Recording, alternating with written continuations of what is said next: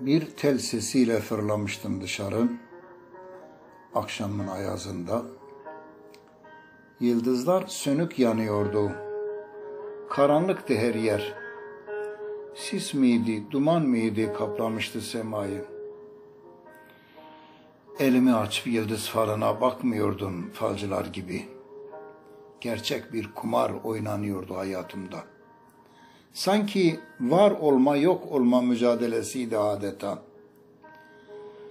Bir an yeniden dünyaya geldiğimi sanmıştım. Tıpkı gözlerini dünya açan bebekler gibi. Bir telaş, bir sabırsızlık başlamıştı ruhumda. Bir yolculuk görünüyordu yıldızıma doğru falımda çıkan.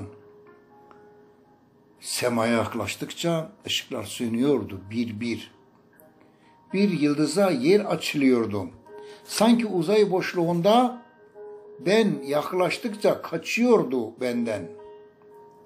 Üşüyordum uzay yolculuğunda. Yaklaştım sanıyordum. Bir ses geldi yıldızımdan, donuk ve bitkin. Sanki sönme sırası ona gelmişti.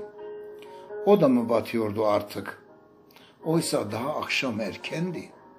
Yıldızlar sabah batıyordu. Meğer ömrüm kısaymış. Yine ben ve gecenin zifiri karanlığı. Sadece ağlayabildim. Düşmüş, yıkılmışım yere, bir sarı hastası misali. Krizinden başka ne olabilirdi ki? Nice hastalar vardı, yıkılıp kalkamadan. Ben hala kalkabiliyorsam, bir daha şafak gelecekti. Yıldızım bir daha parlayacaktı. Ümitliydim. Ümitliydim. Çünkü yıldızım daha sönmemişti.